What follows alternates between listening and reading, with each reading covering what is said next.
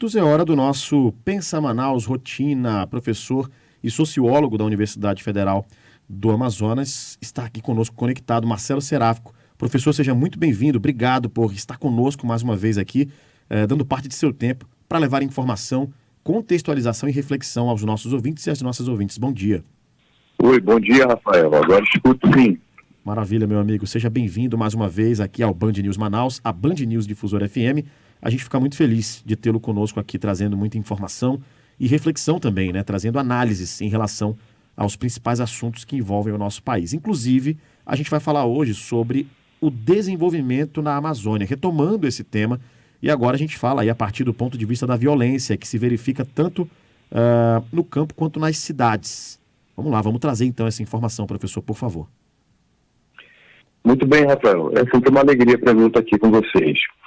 Bom, o assunto que parece muito geral e difícil, né, de tratar, necessita, esse do desenvolvimento na Amazônia, a relação dele com a violência, necessita ser enfrentado, de modo que a gente entenda talvez alguns dos principais traços dele, para que, em conjunto, né, quer dizer, a partir de um debate amplo da sociedade, nós comecemos a encontrar caminhos a partir de formas democráticas.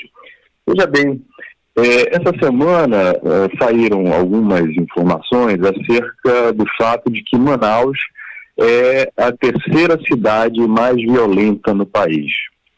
Ao mesmo tempo, nós temos acompanhado na imprensa notícias acerca da continuidade de agressões ocorridas no Vale do Rio Javari contra pessoas responsáveis pelo cumprimento de medidas de fiscalização e controle de atividades ilegais.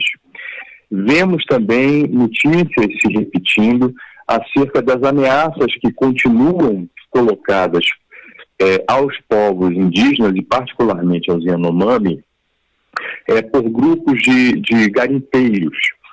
Né? Então nós temos um cenário e cotidianamente nós temos quase que tornado normal, né, todo o noticiário vinculado à violência que se atribui ao narcotráfico, ao surgimento de organizações criminosas.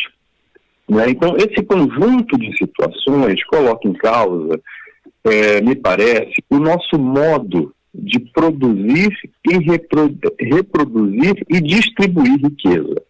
Quer dizer, a esse modo de produzir, reproduzir e distribuir riqueza que nós chamamos de desenvolvimento.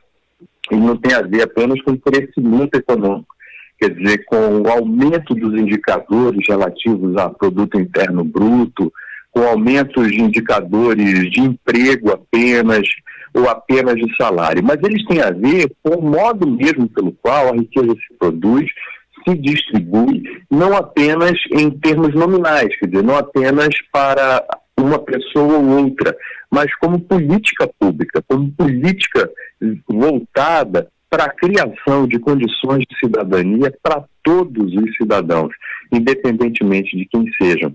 Quer dizer, nós estamos diante de um desafio que coloca em causa a própria ideia de universalidade das políticas, né? Porque o que nós assistimos quando estamos diante de quadros de violência como esse é ou a situação de pessoas cujas vidas vêm sendo precarizadas e que são empurradas para atividades muitas vezes ilícitas, ou as vítimas dessas pessoas. Quer dizer, e quando se tem uma abordagem desse problema muito limitada à questão da infração à lei, que é decisiva, é importante, quer dizer, a infração à lei tem que ser punida, seja ela qual for. E por que é necessário sim punir? Porque isso é parte do cumprimento do direito e um direito que vem sendo constituído em alguns debates importantes, né, acerca do que é necessário para manter certa união entre a sociedade. Mas é difícil que esse direito seja cumprido se as condições que pressupõem o próprio direito, quer dizer, as condições de igualdade de cidadania, não é? De liberdade para todos os cidadãos, que podem gerar as condições adequadas para que convivamos numa sociedade pacífica, sejam atendidas. Portanto, quando a gente está diante de situações a que eu aludi no início, né, de violência e de violência que é mais concentrada ainda, ou direcionada a determinados grupos, como é o caso das mulheres, não é, dos grupos indígenas, dos negros, de uma série de outras categorias sociais. Esse conjunto de esforços que vincula o direito a políticas sociais precisa também estar, esse conjunto de esforços precisa também estar vinculado a uma compreensão da dinâmica da sociedade que implica objetivos não apenas de maior produção econômica, de maiores indicadores de renda, etc., mas também indicadores, digamos, de civilidade, quer dizer, que nos levem à constituição de uma sociedade em que as diferenças sejam respeitadas, mas dentro de um quadro de superação das desigualdades ou de liquidação das desigualdades. Quer dizer, é muito difícil que se conquiste de fato direitos que concedam a todos as condições mínimas de cidadania, sem que esse conjunto, digamos assim, de medidas vinculadas à economia, à cultura, ao direito, não é, sejam articulados. E me parece que esse esforço demanda uma articulação íntima entre todos os poderes da República, mas, sem dúvida nenhuma, uma mobilização muito forte da sociedade civil para fazer frente a toda forma de tentativa, a toda tentativa, né, de, digamos assim, sublimar ou tornar o desenvolvimento, isso aqui chamam de desenvolvimento econômico, como indicadores estritamente da economia, como algo absoluto. Né? Isso me parece que tem tido alguma repercussão ultimamente em várias discussões, eu diria que particularmente naquela que envolve a Amazônia e numa outra que é mais, digamos, de cunho mais geral para boa parte do Brasil, que é a que mostra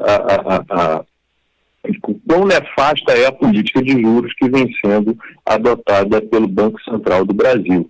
E que, assim como a política para a Amazônia, precisa ser mudada e precisa assumir objetivos e critérios outros que não aqueles que atendem interesses muito restritos de grupos que já dispõem de amplo poder político e econômico na sociedade brasileira.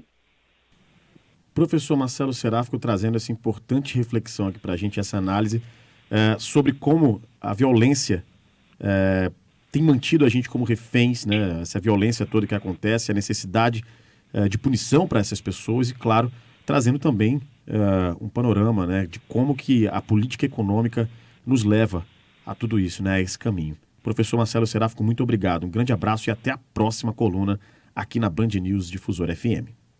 Obrigado, Rafael, Jânio, ouvintes. Boa semana a todos. Boa semana a todos nós.